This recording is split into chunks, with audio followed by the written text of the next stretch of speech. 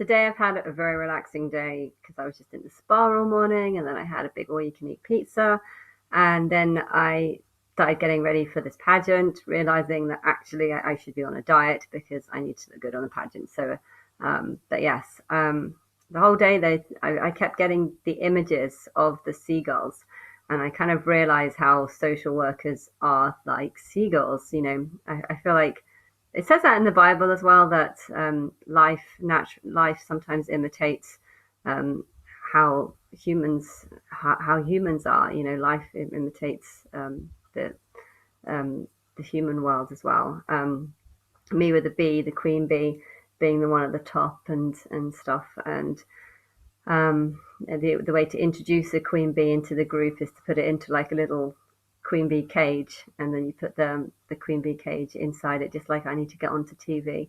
I can be the TV, and I get into the world by being on TV, being in a little box, people seeing me, getting used to my scent or my what I'm saying and stuff, and hopefully my religion will take off then. But yeah, it's really funny because of the seagulls. Seagulls basically they spend most of their time eating crap on the streets and stuff like this, and I guess that's what social workers do. They spend a lot of time just having meetings and fapping around with the computers because they don't usually work. I feel like there's a lot of that probably needs to be cut out. Like they don't really need to do all that. I feel like it's more important to get someone, a social worker, in there to build up a profile, to have an idea of the family dynamics, and to try and work out the risks of a child. But yeah, right now, my sister's in the child in the hospital, and she sent me this weird clip with this weird background noise about how the puffin's in the wrong borough, and there's a part where at the beginning it's like the puffins escaped for now, I think, because the seagulls are trying to attack the puffin, and he escapes into the borough, just like the social workers were trying to take my sister's kid off her. And I think on Thursday they were planning on doing that. They were planning on taking the child off her, putting it in some sort of facility until they can find a mother and baby unit. If that would have actually happened, I'm not too sure. But I was saying in my videos that I think Sophie needs a 6-week program where they can kind of either make her better or assess her. The thing is, though, the more I think about Sophie and her lifestyle, her habits, her keep getting kicked out of places, the bad report from the first son, and I have got a video clip of her with her older son, 3-year-old son. Now it's really sad watching it because there seems to be very little bond, very little communication, and I know it's in a call center, and it is quite sad, but it also feels like she has a huge lack of personality and stuff. But maybe he has it. Maybe the child also has a lack of personality too, and so maybe it's fairly not. I don't know. I don't really know what to make of that. All I know is that George has never really spoken to me about anything. He was just told my mum Sophie is incapable of looking after kids, and that's all he said. Take her. You can look after Sophie, and I can look after the baby. And I haven't seen. I haven't. He never gave me any reasons as to why Sophie can't do it. If he would have had a conversation with me, I would have respected him a lot more. If he would have said Sophie can't do it for this, that, and this reason, Sophie has an inability, lack of, what's that, parental mothering care. I don't know, what is it, mothering instinct or something. She has no lack of mothering instinct. If he would have said things like this, like there was one time where I went to the house, and there was someone there monitoring and assessing things. And he said that I couldn't come in because this wasn't part of their daily life. Their daily life is not I'm not part of their daily life. But if I would have been welcome into that, to watch this assessment being taken, I think I would have had a much better idea of how good or bad Sophie was.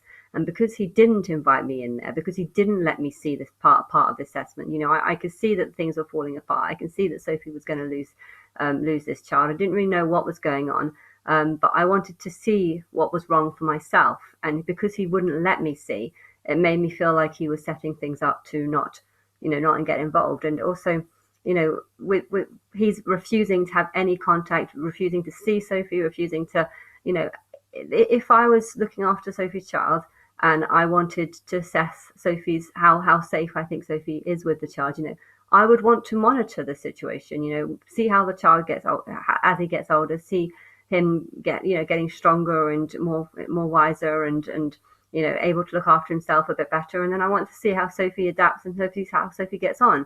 I want to know how safe the child is with Sophie. Now, how can I do that if I'm refusing to have anything to do with Sophie? Now, George is refusing to have anything to do with Sophie, anything to do with us. He's not contacted me, not spoken to me, nothing. It was just nothing. Bye. I'm not picking up the phone any longer. I'm blocking you. That's all it was, and that was just so disgusting how he did that. And then to see my mum just fall apart bit by bit because she really wants to be part of this child's life. And I feel like a large part of the reason why my sister has a child now is to try and prove that she can do it, even though I'm now really not certain that she can. But yeah, the seagulls. That's a part of the seagulls, that the seagulls are trying to find baby birds whose mother exposes their babies to more risks, or whose mothers aren't willing to fight for their kid. Sometimes you get seagulls trying to get baby penguins, and you can see the adult penguins coming in. No, I'm going to fight you off. We're going to fight you off. But yeah, sometimes they probably do get successful. They find a weak mother who's not really protecting their kid that well. And social workers are like seagulls in that sense, that it's their job to suss out all the mothers that aren't protecting their kids as well as they should, all the mothers that aren't willing to fight for them. And you have to be cruel and vicious to be a social worker. It's a hard job, because part of that job is to take kids away from mothers. Now, a lot of mothers that want the child to be taken away, that's an easy one. But a lot of times the mothers don't want the child to be taken away. But they don't. Mostly the reason is because they don't realize that they have mood swings, or they don't realize that sometimes they want the child and sometimes they don't want the child. And that sometimes it shouldn't. If it's too easy to take a child off someone, then that proves that mother probably shouldn't have that child. I feel like part of Sophie is just waiting for the social workers to make the decisions for her, and I feel like that's not what a mother should do. A mother should be like, I'm going to keep this child, and I'm going to do whatever it takes to keep this child, and therefore, if a seagull comes along and wants to take the baby away, if the mother isn't willing to fight the seagull off, then I feel like that's a sign that nature is saying that this child is going to be lost, and the mother's going to have to deal with the grief of losing a baby. But it's nature, it's cruel. Okay, the seagulls, the social workers aren't wanting to kill the child. Maybe they are doing it for a living, that maybe they're making a living and a job out of it, so they are getting kind of food out of it. But yeah, this it's life, and life imitates animals, imitates human life, and human life also imitate. But there's good and bad in everything. And but yeah, I don't know what's going to happen. I feel like Sophie's a 6-week test isn't going to really. A 6-week program would be normally suggested, but I feel like because Sophie doesn't listen to people, because Sophie, it would be hard for Sophie to find a placement. If Sophie doesn't listen to me, if Sophie doesn't listen to her mum, if Sophie doesn't respect the people around her. I think she respects the hospital. She has respect for people in the hospital. But I can see her being put into a foster care placement, and then her just being like, "You put me with a weird person. You put me with a weird family. This woman's weird. I don't like her. She's being too picky." And I can see her being quite attackful. Whereas in a hospital environment, you have staff all around, and you can't just pick on one person. There's loads of people around. Whereas in a foster environment, you can just pick on the one person who's fostering, and therefore it would be hard to put her in a placement because she's that difficult.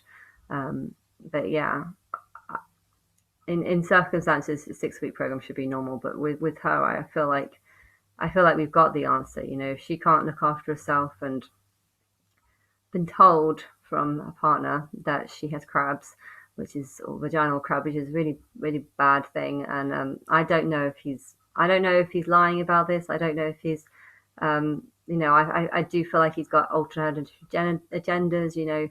maybe he wants the child to be taken into social care so that he can live in Sophie's flat, get free rent in Sophie's flat as soon as she gets the keys to this Hawley flat, and maybe he doesn't want the kid around. I don't know. I believe he has genuine concern for the child, but I also believe that he knows that he wants a wife who can look after a child, and Sophie can't look after a child. And I think I've seen that, and I feel like sometimes he's exaggerating things, like, he's, he's said that she's had it for 9 months or something, and then he also said that he was sleeping with her 3 times a week in January, and I was just like, well, why, if she's had it for 9 months, then why didn't you catch it then? So I've caught him out on quite a lot of lies, so it's really hard to know what's the truth and what's not the truth with him. Um, but yeah, I don't know.